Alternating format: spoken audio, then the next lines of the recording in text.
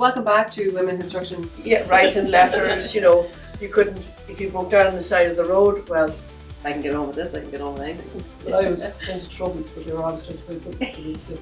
no matter what opportunity comes to learn within your trade, Take it. take it, because you can go anywhere you want. Trade or civil engineer Yeah. with business skills that I taught myself. Yeah. And I can still be a mother and work. On the Women in Construction Ireland podcast.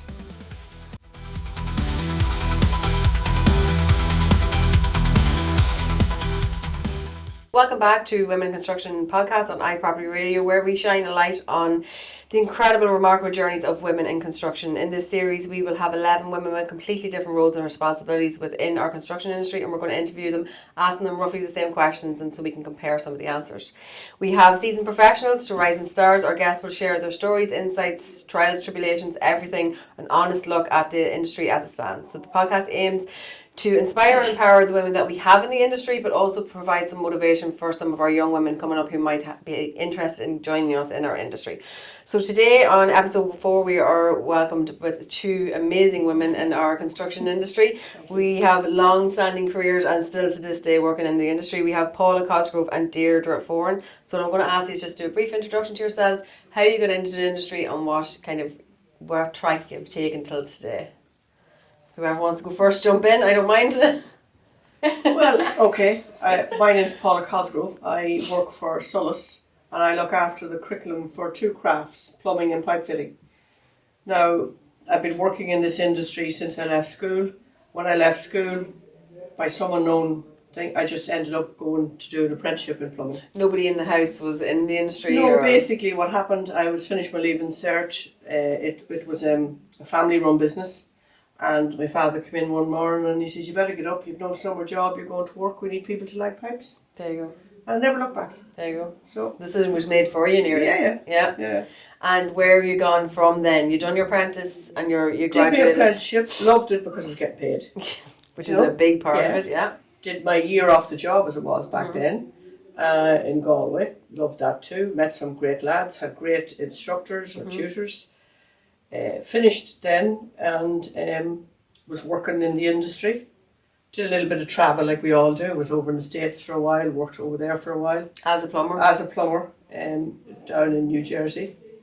And they were a really nice company. And I thought, no, I'm never going to get a job. I always worked for family. But no, came back then, went to the UK, worked there for a little while, came back to Ireland, and I was doing a CAD course in Foss and Dundalk, just to kind of upskill myself. Yeah. And I saw the job in Cork for an instructor for gas, because gas was a big thing back then in the early 90s, for people that had to be registered to put gas into your house and run your boiler. Applied for it, and it was around the time of equal opportunities, so I hit the brief straight away, got the job, worked with apprentices for over a year, then went into gas and the whole lot, and had fantastic support, I must say, throughout my parents were very, very good, very great support. Makes a 3 younger brothers. Yeah, they never really stood in my way to think, so it was great. No. And you now teach? I used to teach up until COVID. Okay.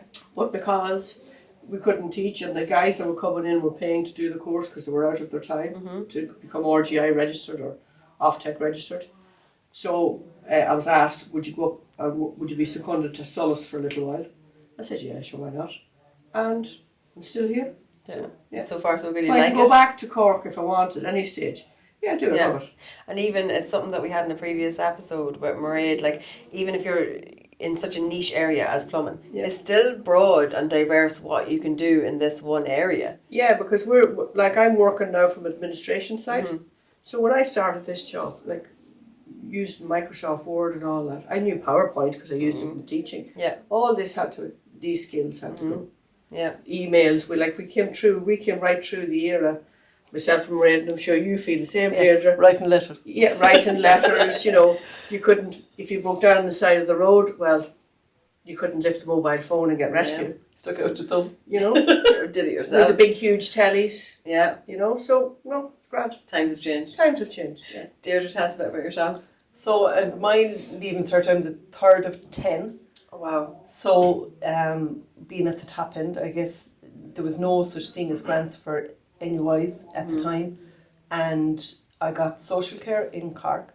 I got civil engineering in Waterford. I was good at maths, so the career guidance teacher put me towards that. Accountancy or that, but accountancy was not my forte and still isn't.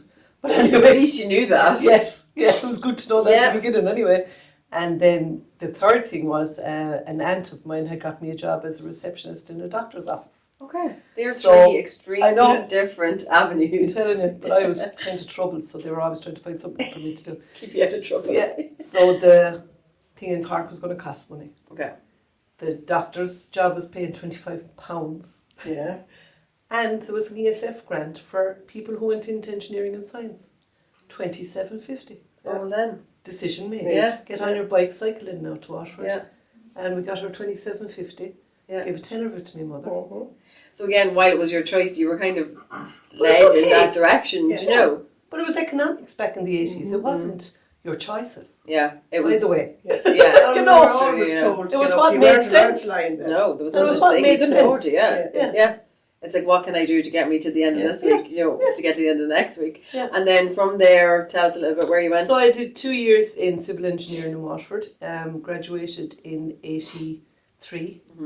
And that you came out with a diploma then, was It's a diploma now. it? Okay. Well, it was a national certificate in Okay. civil engineering. Yeah. So you were a draftsman technician. Mhm. But you were employable straight away. Oh, yeah. Then I was getting the level, I don't know what, the level 7 I guess, in Bolton Street as it was at the time. But I had fallen pregnant in the meantime. So I did what you did in the 80s, I got married. Yeah. And I lived in Clare then. The man I married was from Clare. And I had 3 children very quickly.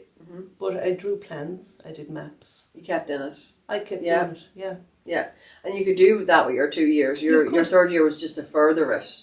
Yeah, but your third year, I suppose, would have brought you at a higher level into a county council, maybe. Okay, yeah, I get you.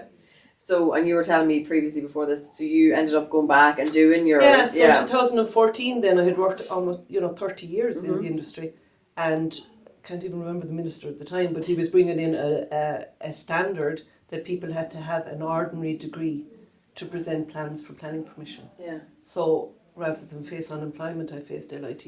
yeah. But then they didn't bring in that standard, by the way. So I Did needn't they have not? done it at all. It'll stand, well, I That know it was was hard at the time, 30 but grand later. that much to do with 1 year. Well, I had to pay babysitters. Oh yeah, and you had to take your year out to do I had to the come work, home yeah. and work. Yeah. I had to, Put everything on pause for a like, year. how could you tell people I'm going off to Limerick for a year and do the plans of your house next year? Yeah, Do yeah. you know, it's hard You enough. have to do the work, Yeah. yeah. And, you had to keep children going too. Yeah, like run the house at Yeah. the same time, yeah.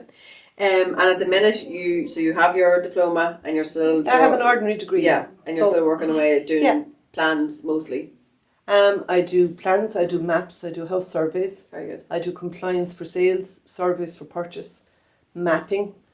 I was telling Everything. the women I'm dealing in a probate case at the moment, so dividing land where, siblings are not Okay. getting on too well. That's a lot. It's a lot. You know. So social care probably comes into it. Maybe not account. Oh, maybe accountancy. So, I mean, Well, I don't know. we were saying outside, Yeah. like the business wasn't a module in either No. 2014 No. or 1982. No, or now. No, we're badly. It's not now. Like So I'm a so- self-employed, independent sole trader, Yeah. trader, civil engineer, Yeah. with business skills that I taught myself. Yeah. So I set up the Women in Construction Ireland, and the accountant asked me what kind of company do you want, and I was like, well, what's my choice? Yeah. I don't know. Yeah. Do you know? And I to this day things like tax and VAT and that just no. But it's an important part of it. Yeah. You It's know? an important part of life. I don't even think that's just a construction thing. That's an important part You of need life. to know if somebody's looking at you. You need to know when you get your piece of paper. Is I this do right, is it understand wrong? this is right, or Yeah. where did that come from? But Yeah. I think if you're working, engineers that you would meet that are working for firms, when I go to Engineers Ireland functions, well, first of all, they're paid to go to the functions and I'm not. But they have an hourly rate. Yeah. So the higher up you go, the hourly rate goes, you have expenses. You may Yeah. have the privilege Overheads. of a car Yeah. from the company. Yeah. Yeah. A world of difference. World of difference. I don't know anyone else's hourly rate. I gauge my work on what I think is reasonable. Yeah. And How long it takes. and Yeah. the hours I yeah. put into it. Yeah. Exactly. I would say I'm at the cheaper end of the scale now when it comes to charges, but maybe as a woman in a Yeah. small town Yeah. to survive. Yeah, you have You to. have You to have do that. to take it in consideration, yeah. And then on the flip side, I suppose you don't have, possibly, sorry, I don't know your circumstances, have the overheads that the bigger No, companies you have. don't. For, you No, know. I have an office in my house. Yeah, I have a bedroom / Yeah. office / Yeah. dump room / playroom. Yeah. So yeah. Yeah. So yeah, I think it's there is We're differences. very good at adapting. That's one thing I would say about us. We're great at adapting. Yeah, you make do with what you have, don't you? Yeah, You definitely. make it work. You do. Yeah, Definitely. like I asked somebody You know? earlier, I was like, how did you do it? Maybe it was Yeah. yourself. They're like, well, I had to. Yeah. What choice did I No have? choice. Just, sit back and do nothing. Get up, get on, and get out with it. Exactly, and I think that's one thing that the industry, maybe speaking for myself, like it gives you that resilience that if I can succeed and enjoy being a woman in this industry, then I can throw my hand in anything, and if I can get on with this, I can get on with anything. I think that it gives us that kind of power, for want of a better word. Yeah, and I think too, being in construction and being in the trade, I'm never going to be without work. Especially in a trade. And I can still be a mother and work. Yeah. I can do all that. Yeah. If you think, and I'm going off topic now slightly, but do you think if you had to stay in the trade as opposed to going into the teaching side of things as a mother, would there have been... I would be the first to say, and it was even, anybody would say to me that, you get to a certain stage in your life, regardless of whether you're a woman or a man in the trade, where you're physically not able to be out on a construction site. There's a time There's a time limit. Yeah, even where you might have to leave the trade, but you might have to swivel slightly You might from what you swivel were doing. and, change your job, and then with being a mother also, you have to be able to swivel more so. 360. Whatever. Drop of a pin. Do you know what I mean? Yeah. And then they're gone to bed, and you still have your work to do. Yeah. As well as your housework. Preaching to the Do you know choir what I here, mean? yeah. Yeah, but Absolutely, yeah. But, as we were saying, wouldn't have it any you other get way. it done. Yeah, I was don't saying you? when I went back in 2014, I was with 21-year-olds in LIT. Yeah. The main concern on a Thursday was going into a nightclub in Limerick, and then a 21st every second weekend. Yeah. And you trying to get coursework done with I mean, them. yeah, But, and I used to say to them, like if we had a group project, which I didn't work very well with now, I have to say. No. And- well, that's probably not just an age thing as well. I find I don't tend to work well in group projects as well. But I suppose so. it's not, some people would say it's a control thing, but it's a management thing, I think. That I have a deadline, if I'm doing a planning application or if I have to present maps for solicitors, there's a deadline on it. I get the work done, I get agents to do percolation tests, I now get agents to do topographical surveys. I don't do that anymore. Yeah. There's machines far cleverer than me out there. I don't need to do it. I pay a guy to do it. Pay a guy to do percolation because it's too much work. Yeah. So I coordinate at the most 3 agencies. I might have to work with archaeology, heritage, roads. I coordinate those services, but don't put me with 21-year-olds doing a project. Yeah, exactly. Yeah, no. I said, if we had a deadline on a Tuesday, I would say to them, now lads, we'll aim to have everything in on Friday. I led it over the weekend. Yeah. No. You'll even take on the extra work just to get it done. Yeah. But Well, you see, Why on do the we need to have it weekend, done on Friday? But you're going home to get the kids Yeah. ready. But for I the said I could following be in batch A&E cook. Saturday. I could be in A&E Saturday night. Yeah. The internet could go. Anything could happen. that doesn't come into a 21-year-old's mind. No, that's no. Afraid. And- No, these guys were going home dropping their laundry on the floor. Yeah. Yeah, well for them. What's the best thing you think about working in our industry? I know it's a very broad question. I think for me, I suppose you're more structured than I am. For me, it's the flexibility. I can Working work. for yourself. I can work till 3 a.m. Yeah. And it means that I have that hour after school, or I can go to the football, I can go to the hurling, I can go to the school things. Yeah. It always gave me that flexibility. There's a lot to be said for that, yeah. That was working for yourself. Yeah. If you worked for somebody else, that flexibility might not necessarily No, be there. I presume you'd have money coming in every Thursday, and it'd be a bit nicer too. There's, see, pros and cons, pros and cons You and know, everything, like I yeah. had that side of it. Yeah. Do you know what I mean? I had structure. My day started. Yeah. And it finished. And you And got I paid. loved And what your I did, wages and I come got in. paid. Yeah. And I loved what I did, Mhm. and I still do. Yeah. And I see young girls coming in there now, and I'm brimming with joy because I'm saying, Yeah. like our first apprentice in agricultural plant and machinery Okay. just started in Brilliant. her phase 2 in Waterford. Brilliant. So like that, Yeah. you never saw No. a young girl fix a tractor. I do think our numbers are They are They are rising. on the increase Yeah. slowly, but I now think, well, yes, we do need to still concentrate on getting them in, but we need to really hone in on keeping the women. We're talking, but there's a link on the CEO now, which never was there. Yeah. Also, parents are beginning to see there's not this big stigma attached. Do you know, this college. Yeah. We have to start at home. But even just a stigma with the construction industry. Yeah. That it's not all hard hats and out stuff on sites. No. There's so much more. The only thing I found that when I was in Washford, as it was the Washford RTC, there was a class of about 32, 33. There was 2 girls, myself and one other girl. She went to work for British Rail as a civil engineer at British Rail. Yeah. When I went back in 2014 in LIT, there were 2 girls. Yeah. And the other girl was straight away going to be a site foreman for her father, who was a builder, because he needed an engineer on site. Yeah. And so I've done a bit of research on it, and the stats are there that the girls coming into, be it apprentices or college, either way, the vast majority are coming from having somebody in the house. Background. So like, it's my dad's a QS. Yeah. So that's how I got into it. Yeah. And I talk to the girls in our courses, and I've done the surveys, and the vast majority of them is that you've got a family member. Yeah. So I think part of what we need to do as an industry, and I don't know whose desk it falls on, we need to make sure that the girls coming through from secondary school know that it's not just the hard hats. Yeah. There's more to it. Well, the career guidance teachers now are all being, put through. Yeah, they're being all re-educated, which is brilliant. And especially the ones in the girls' school. Yes. And I take on TY students every year. Brilliant. So I do mentoring for TY. Brilliant. But not so many girls. Yeah. But boys. Yeah. And look, a good few of them have gone on to do architecture or civil engineering, which is great. You're obviously having a good impression on them. Yeah. Do you think? One fella said to my son one day, he said, "Your mother really guided me. I thought it was all lunches out inside." I didn't realise I'd have to be in a drawn office for 10 hours. I didn't realise I'd actually have to work. So I think, there's plenty of good things. Yeah, but I think we're losing a lot of the girls that are good in maths. We're losing them to finance. Yeah, because it's a prettier picture. It's an easier job. There's no point in saying it. Like, the industry is difficult. I don't think anyone's going to argue and say it's an easy industry to get into. For anybody, male, female, no matter what age, no matter what gender, it's a difficult industry. We're rigid. It's a hard place to work sometimes. So I think there's that aspect of it, that other industries just come across easier, less hassle, more money in some cases. So I think we as an industry, again, not sure whose desk it lands on, mine probably, try and paint it as a better place to work. We need to advertise ourselves. Like, as I keep saying, this is the fourth time I've said this, 12 of us sitting here doing these episodes, and not 2 of us have the same role. No. And that's definitely there aren't. I go to Engineers Ireland CPD events. Yeah. I have yet to meet a woman who is working on her own, the same that I am. Yeah. They're working in councils, they're working for firms. And I was saying to the girls outside, even for the Construction Industry Federation, March 8th Day, the International Women's Day, there was a pile of girls there from Thermoking, and I said, "Oh, are you in the industry?" And they were accounts and payroll. Yeah.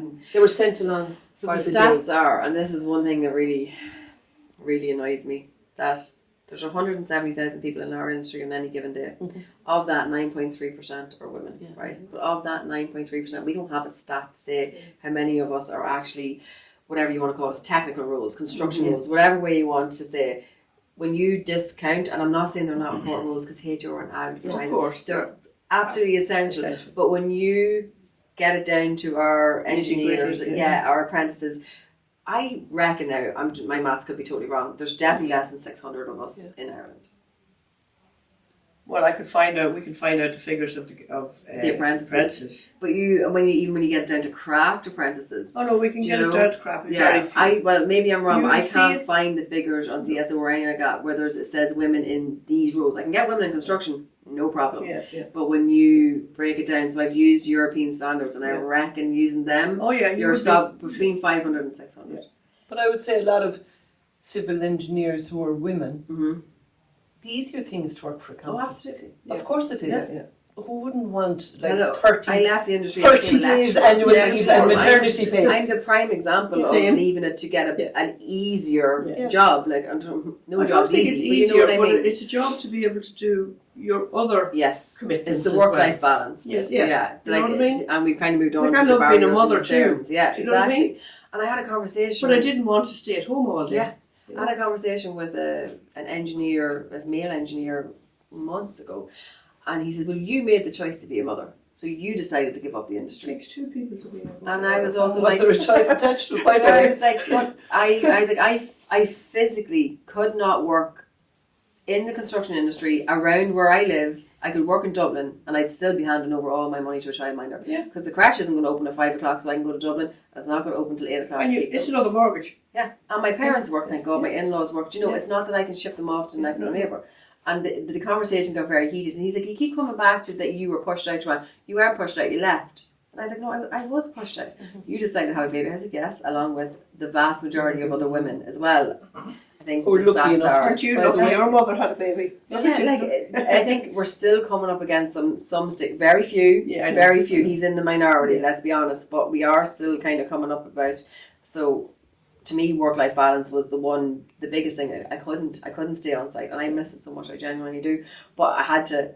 My choices were family or industry work, and I chose family. And I'm not the only one. There's plenty more. Oh, like there me. is lots. Yeah. I was very lucky to stay in the industry in a way that I'm lecturing, so I'm very much still involved, but I don't get the site aspect of it. So for me, that's kind of the biggest barrier to women staying in the industry for sure. Is there anything else you think? Well, I don't think I never missed a site, tell you the truth, because I didn't like the cold. Okay, that's fair enough. Yeah, So, I didn't like the yeah. cold. You can't You know? really control that in Ireland. I'm afraid. No. But I did love the training and all that, and I was very fortunate that I had qualified guys coming in to do the gas and all that, you know, for RGI, and which kept me always at the forefront of what was going on with technology and moving forward. Whereas if I had stayed, say, just teaching the plumbing apprenticeship, which is a brilliant apprenticeship, I'd have kind of just slotted in, and you can perch yourself there if you want. Get your curriculum and just keep but a doing lot it. of people don't do that. Yeah. But some you can if you wish. Yep. But and you can see it. Do you know what? It's a pleasure to walk into the canteen and see all these young apprentices. Yeah. Okay, be Makes it that it they're worth it. all on their phone, Yeah. but it's worth it. Yeah. It brings a buzz about the place. Yeah. And you'll see, which you never saw before, there'll be at least 5 or 6 girls dotted in a row. Which is great. It's And lovely brilliant. lads. Yeah. What do you think the industry can do to make it a better place for these women, or to make us more approachable for women coming in? We need to do more talk about it, more communication. We need to start that at home. Yeah.